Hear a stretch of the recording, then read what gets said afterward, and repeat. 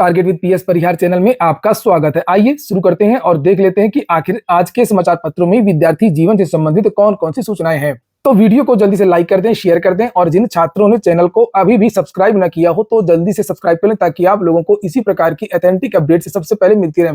चलिए शुरू करते हैं, बात करते हैं सबसे पहले सीएम योगी के एक बयान की। लिखा हुआ है कि मुख्यमंत्री योगी आदित्यनाथ ने कहा कि केंद्र व प्रदेश की डबल इंजन सरकार हर हाथ को काम, हर हाथ को रोजगार के उद्घोष को साकार कर रही है और प्रदेश में नौकरी व रोजगार की कोई कमी नहीं है। युवा अपनी अभिरुचि के अनुसार क्षेत्र का चयन कर खुद को प्रशिक्षण से जोड़कर तैयार करें और रोजगार व नौकरी की गारंटी सरकार लेगी।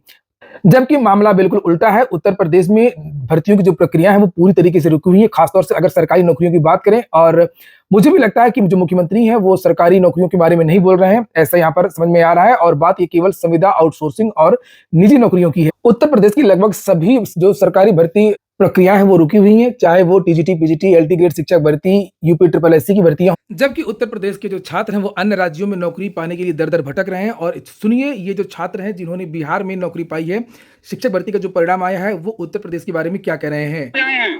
समय इलाहाबाद से समय इलाहाबाद से। इलाहाबाद से क्या करते हैं? इलाहाबाद में मैं कोचिंग पढ़ाता था। कोचिंग में पढ़ाते हैं। तो बीपीएस से शिक्षक हो गए बिहार में। Yes sir. अच्छा, आप लोग कहाँ से आए भैया? बस्ती से। बीपीएस से शिक्षक पास कर गए।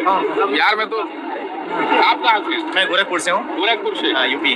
अच्छा, क्या करते थे इसके पहले? मैं इससे पहले टीचिंग करता था वहाँ पे। तो क्या कहेंगे, बिहार में इतनी बड़ी पैमाने पर भर्ती हुई है, आप लोग भी आए? एम्प्लॉयमेंट को लेके बहुत अच्छा इनिशिएटिव ली है यहाँ की गवर्नमेंट। और यहाँ पे पिछले 10 सालों में सुने थे यहाँ पे परमानेंट वैकेंसीज नहीं आती थी, तो यहाँ के और बीपीएससी एग्जाम कराने के बाद यहाँ के क्वालिटी एजुकेशन पे बहुत अच्छा काम की है गवर्नमेंट। और आने वाले समय में यहाँ की जो शिक्षा गुणवत्ता होगी वो काफ़ी सुधार आएगी।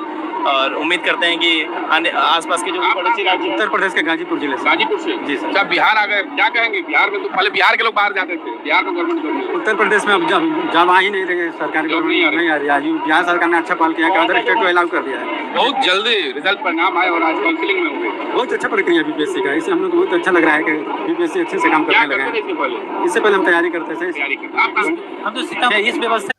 तो ये वीडियो भेज दीजिए आप मुख्यमंत्री जी के पास, जरा मुख्यमंत्री देखें कि आखिरकार जो उत्तर प्रदेश के छात्र हैं वो दर दर क्यों भटक रहे हैं, दूसरे राज्यों में क्यों जा रहे हैं। और मुख्यमंत्री ये भी समझे कि किस तरीके से भर्ती प्रक्रियाएं कम समय के अंदर पूरी की जाती हैं। जहां पर मुख्यमंत्री का ये कहना है कि यहाँ पर रोजगार की कमी नहीं है, वहीं पर आप देख सकते हैं ये आज ही का समाचार पत्र है, एलटी ग्रेड के बारे में जानकारी दी गई है। 10,000 शिक्षकों की भर्ती आदेश के इंतजार में फंसी बात एलटी ग्रेड की हो रही है। 5 साल से नहीं हुई है एलटी ग्रेड, अर्हता का शासनादेश जारी नहीं हुआ है। और यहाँ पर पदों का विवरण बताया गया है कि कितने पद रिक्त हैं। तो प्रवक्ता के यहाँ पर लिखा हुआ है कि 3,957 पद रिक्त हैं। सहायक अध्यापक के 6,365 पद रिक्त हैं और टोटल 10,322 पद रिक्त हैं। यहाँ पर आगे लिखा है कि प्रदेश के 2,332 राजकीय विद्यालयों में प्रवक्ता और सहायक अध्यापक भर्ती के लिए शैक्षिक अर्हता का मामला सुलझ नहीं सका है और शैक्षिक अर्हता तय करने के लिए गठित 5 सदस्यीय कमेटी ने विषयवार पदों पर चयन के लिए मई में ही निर्धारित शैक्षिक और समकक्ष अर्हता पर अपनी रिपोर्ट शासन को भेज दी थी, लेकिन 5 महीने बाद भी रिपोर्ट को मंजूरी नहीं मिल सकी है। जबकि उत्तर प्रदेश लोक सेवा आयोग अर्हता निर्धारित न होने के कारण विज्ञापन जारी नहीं कर रहा है और इसके चलते राजकीय विद्यालयों में शिक्षकों के रिक्त 10,322 पदों पर भर्ती नहीं हो पा रही है। एलटी ग्रेड वैकेंसी को लेकर के जो बहुत सारे छात्र हैं वो लखनऊ में उच्च अधिकारियों से भी मिले हैं और उत्तर प्रदेश लोक सेवा आयोग में भी इन विद्यार्थियों ने प्रदर्शन किया है। लोक सेवा आयोग की तरफ से यही बात बताई गई है कि शासन से एक पत्र के आने का इंतजार है। जैसे वो पत्र आ जाएगा भर्ती का विज्ञापन निकाल दिया जाएगा। और जब लखनऊ के उच्च अधिकारियों की से वार्ता हुई थी तो उन अधिकारियों का यह कहना था कि नवंबर या दिसंबर के महीने में एलटी ग्रेड शिक्षक भर्ती का विज्ञापन जारी हो जाएगा। यानी कि जो भी मामला है वो केवल सरकार और शासन की वजह से रुका हुआ है। अगली सूचना है स्टाफ नर्स भर्ती की। लिखा, स्टाफ नर्स के एक पद पर 40 दावेदार। चिकित्सा शिक्षा एवं प्रशिक्षण विभाग के तहत स्टाफ नर्स पुरुष के 171 पदों और स्टाफ नर्स महिला के 2,069, कुल 2,240 पदों पर भर्ती के लिए तकरीबन 90,000 अभ्यर्थियों ने आवेदन किया है। इस प्रकार प्रत्येक पद पर औसतन 40 अभ्यर्थी मैदान में है। स्टाफ नर्स परीक्षा के लिए उत्तर प्रदेश लोक सेवा आयोग ने 21 अगस्त को विज्ञापन जारी किया था। प्रारंभिक परीक्षा में रिक्त पदों के 15 गुना अभ्यर्थी मुख्य परीक्षा में शामिल होंगे। 85 अंकों की प्रारंभिक परीक्षा में वस्तुनिष्ठ प्रकार के 170 प्रश्न होंगे। 2 घंटे की प्रारंभिक परीक्षा में सामान्य ज्ञान के 30 और सामान्य हिंदी के 20 और मुख्य विषय नर्सिंग के 120 प्रश्न होंगे। 3 घंटे की मुख्य परीक्षा में 85 अंकों के प्रश्न पूछे जाएंगे और अंतिम चयन मेरिट के अनुसार होगा। तो लोक सेवा आयोग ने ये सभी भर्तियों में बदलाव किया है कि अब किसी भर्ती में एक परीक्षा नहीं होगी और हर भर्ती के 2 चरण होंगे। और यही आपको बदलाव एलटी ग्रेड की नई शिक्षक भर्ती में भी देखने को मिलेगा। पहले केवल एक परीक्षा हुई थी, साक्षात्कार तो अब होता नहीं है समूह की वैकेंसियों में, और अब एलटी ग्रेड में प्री और मेंस होगा। अगली सूचनाएं पीईटी एग्जाम को लेकर के हैं। यूपी रोडवेज करेगा पीईटी के लिए अतिरिक्त बसों का संचालन। उत्तर प्रदेश अधीनस्थ सेवा चयन आयोग की ओर से 28 और 29 अक्टूबर को आयोजित प्रारंभिक अर्हता परीक्षा के लिए प्रयागराज में 1,74,161 अभ्यर्थियों का आवागमन हो सकता है। परीक्षा के लिए यूपी रोडवेज के प्रयागराज परिक्षेत्र में अपनी तैयारियां पूरी कर ली हैं और यूपी रोडवेज ने दोनों दिवसों में 100 अतिरिक्त बसों का संचालन करने की तैयारी की है। यूपी रोडवेज प्रयागराज रीजन को आयोग की ओर से प्रयागराज आने और यहां से जाने वाले अभ्यर्थियों की संख्या का आंकड़ा भेजा जा चुका है और उसी के हिसाब से ही यूपी रोडवेज ने अपनी तैयारियों को अंतिम रूप दिया है। यहाँ 1,02,09 अभ्यर्थी विभिन्न जिलों से आएंगे और यहाँ से दूसरे जिलों में जाने वालों की संख्या 73,952 है। परीक्षा के लिए सर्वाधिक 58,012 अभ्यर्थी गाजीपुर से आएंगे और वाराणसी से आने वालों की संख्या 38,663 है। इसी तरीके से चित्रकूट से यहाँ 8,534 अभ्यर्थियों को परीक्षा देने के लिए आना है। वहीं प्रयागराज से कानपुर के लिए 38,195, प्रयागराज से उन्नाव के लिए 16,286 और रायबरेली जाने वालों की संख्या 6,145 है। बांदा जाने वाले अभ्यर्थियों की संख्या 13,326 रहेगी। वहीं प्रतापगढ़ से सुल्तानपुर के लिए 9,991 और प्रतापगढ़ से वाराणसी के लिए 29,130 अभ्यर्थियों को परीक्षा देने के लिए जाना है।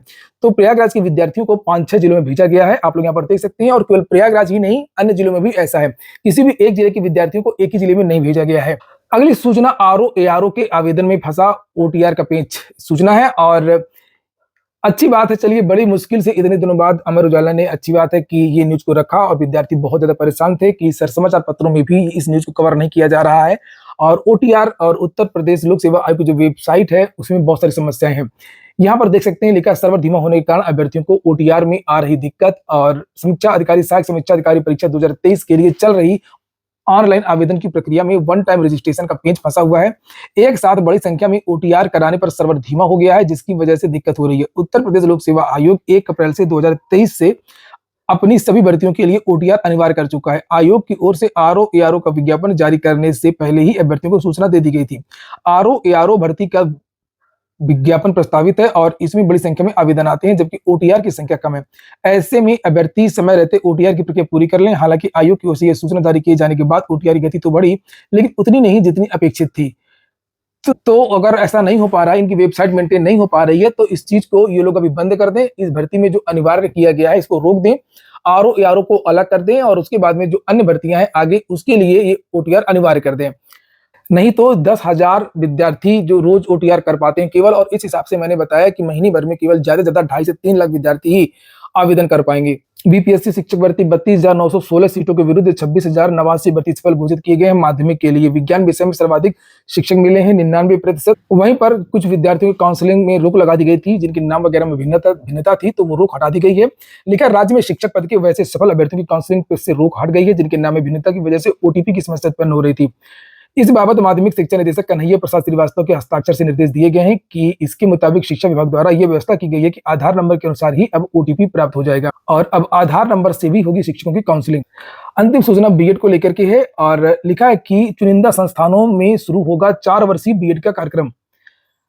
अगले शैक्षिक सत्र से राज्य में 4 वर्षीय बीएड पाठ्यक्रम शुरू करने की तैयारी शिक्षा विभाग ने की है। शुरुआत में सूबे के चुनिंदा संस्थानों में यह लागू होगा। अभी ये बात बिहार की है और धीरे धीरे ये पूरे देश में लागू होगा।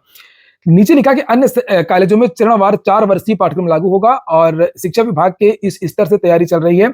इसके लिए बनी समिति भी राय रख चुकी है। नीचे लिखा कि मालूम हो कि 4 वर्षीय बीएड कोर्स बीए, बीकॉम अथवा बीएससी के साथ ही पूरा करना होगा। इसको लेकर के तय किया गया है कि जिस क्षेत्र में बीएड कॉलेज स्थापित हैं उन संबंधित विश्वविद्यालयों से वो संबंधन प्राप्त करेंगे। वहीं पर अब 2 साल के बीएड कोर्स को मान्यता नहीं मिलेगी। इसी क्रम में शिक्षा विभाग के अधीन संचालित बीएड कॉलेज में भी अगले साल से 4 वर्षीय पाठ्यक्रम लागू होंगे। मालूम हो कि राष्ट्रीय अध्यापक शिक्षा परिषद ने यह साफ कर दिया एनसीटीई ने कि वर्ष 2030 के बाद से 2 साल के बीएड कोर्स की मान्यता नहीं मिलेगी। इसको लेकर के ही विभाग अपनी तैयारी कर रहा है ताकि 2030 के पहले सभी संस्थानों में यह व्यवस्था लागू हो जाए। तो ठीक है दोस्तों, ये हो गया आज का वीडियो आपको अच्छा लगा हो, आपके काम को, तो वीडियो को लाइक कर दें। जिन छात्रों ने चैनल को सब्सक्राइब न किया हो सब्सक्राइब कर लें और जिन छात्रों ने targetwithpspariha.com वेबसाइट को विजिट न किया हो तो targetwithpspariha.com वेबसाइट को विजिट कर लें अथवा प्ले स्टोर में जाकर के टारगेट विद पीएसपीआर एप्लीकेशन को डाउनलोड कर लें। वहां पर विभिन्न भर्तियों के online mock test, daily current affair और बहुत सारा जो स्टडी मटेरियल है वो उपलब्ध है। पूरा वीडियो सुनने के लिए बहुत बहुत धन्यवाद।